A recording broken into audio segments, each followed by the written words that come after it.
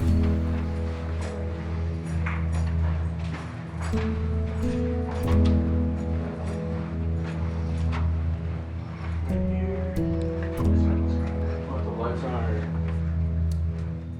is hard for me to imagine a more vulnerable person in our state than a child who has experienced such serious abuse or neglect within their family unit that they no longer have a family.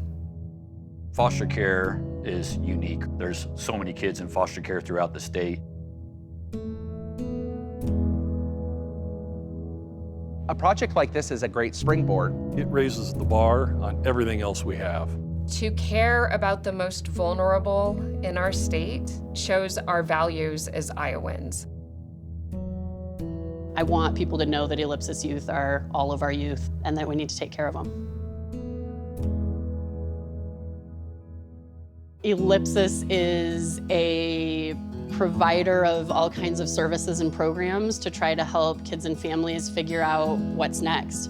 Ellipsis has been a really critical partner to the state in serving kids who have therapeutic needs, supervision needs, treatment needs. It's the great services your organization provides, but even better, it's the outcomes and how that affects the kids in Central Iowa. Ellipsis really hopes that kids can always be with their families. That's not always true. And so we try to figure out what's the next best alternative. And Ellipsis is great. It's a product of change, right? It's the product of a merger of two great organizations. And with the merger, you take legacy names of youth homes and Yes, and you introduce a new name. There was a handoff in a lot of instances from Yes to youth homes. Kids that were in the emergency shelter then became residents in the group care setting. But also by putting them together, you've got a continuum of service that we just weren't able to provide independently. So coming together really helps that. And it was a great example of folks thinking bigger and thinking about how to put two things together to better serve the community and the clients they do.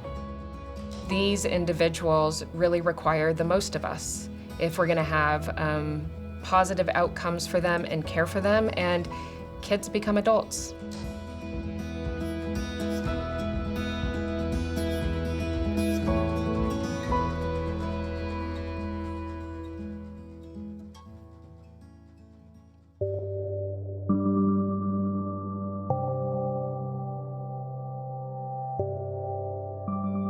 I think it's important to the community. It's most important to the kids, because then kids just have a place to stay.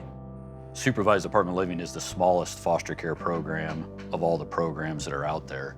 And so typically a kid that's coming into supervised apartment living, it's kind of their last stop.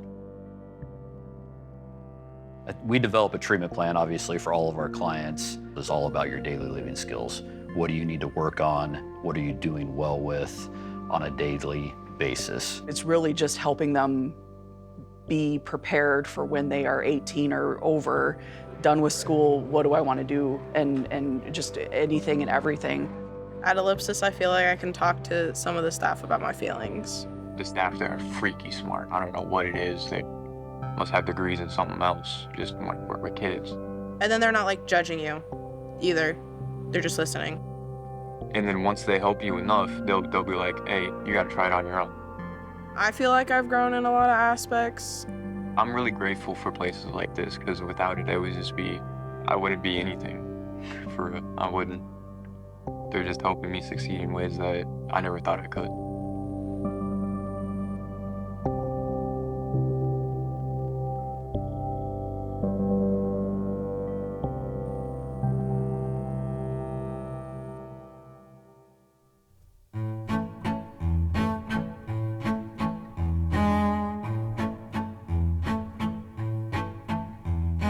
We're sitting in the space where we are building apartments for our supervised apartment living youth in our cluster independent living program.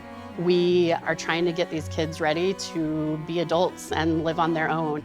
These apartments will be places where kids can live in their very own entire apartment. We've always been leaders. We've always been kind of the starters with regard to treatment and how we do things, but our spaces have not been. And so this is going to be a brand new space specifically for supervised apartment living. This building that we're in right now is, individual rooms, they have their own space, but it's still a shared living. We have a shared kitchen, we have a shared bathroom. And so we really talked about how could we get them to have their own apartments and working through a lot of that. So instead of coming into a cluster site where you're with a bunch of other clients and you're in this living space, you're now going to your own living space in that process. That hasn't happened for me in 22 years, so that's pretty cool. Hasn't happened in the state. Yeah.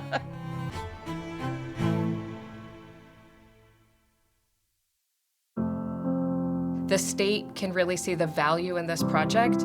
It's an extension of the passionate and thoughtful leadership that takes place at Ellipsis. The kids that we're serving in this program, particularly right now, live in a space that's not built for the program that we're attempting to provide. You walk down that hallway and it's a big living space where everybody's at. That's not an apartment.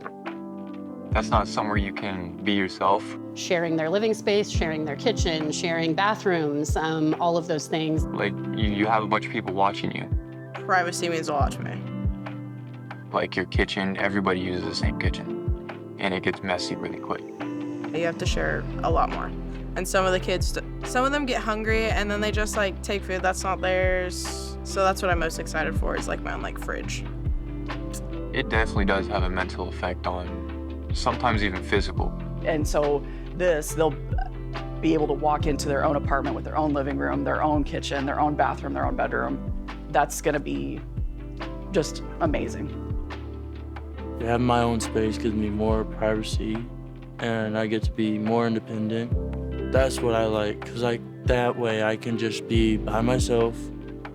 I feel like that is a big part of being an adult, is having your own living space.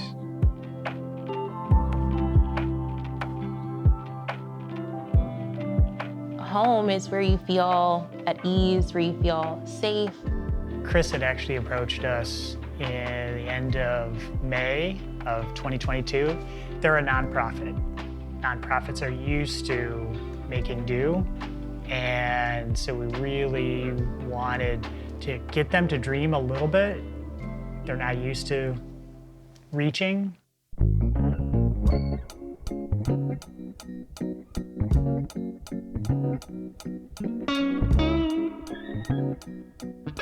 We have spent a lot of time contemplating how to make the best use of our resources. We did look at a few different options within the building. There were some areas that we could renovate and convert.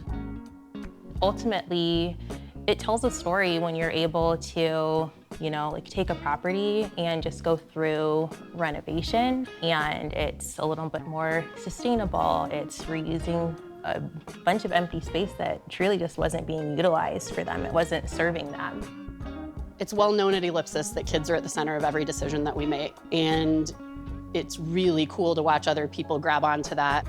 What can we do just to make these spaces feel better? What can we do just to make these spaces feel livable, having a sense of safety, so everything has just a little bit more warmth? We don't want it to feel like a commercial building. We want it to give kind of that character and element of home.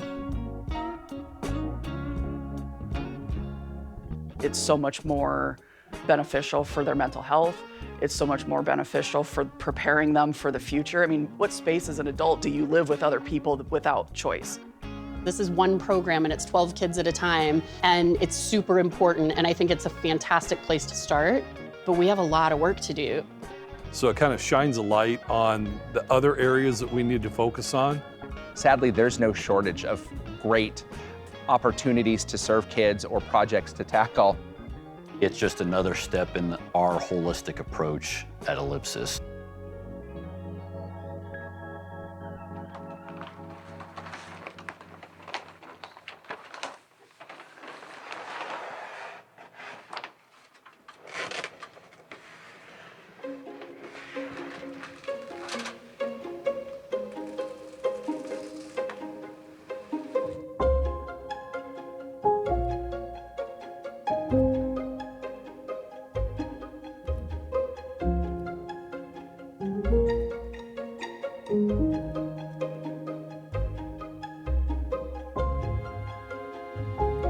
I see myself in 5 to 10 years being a mechanic and knowing like a bunch of stuff about cars. Hopefully on my own. Have a dog. I want a dog. Yeah, that's all. Just have my own place and have a dog. I see myself as being really successful. I feel like I can be successful, and with that mindset, I will be. The message that we're sending to the state and to other providers of this is how it should be, this is what our kids deserve, other people are hearing that. Kids in foster care deserve something that we call normalcy. Ellipsis being brave and bold and building a program that is really integrated in the community, it's a reflection of their philosophy that kids deserve that normalcy. This one helps provide individualized living for our kids so that they have the dignity of their own space, and it's just a beautiful place.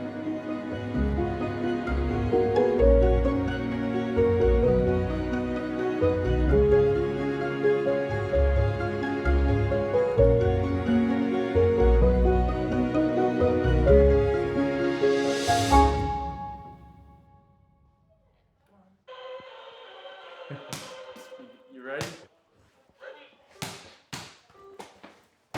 Let's go!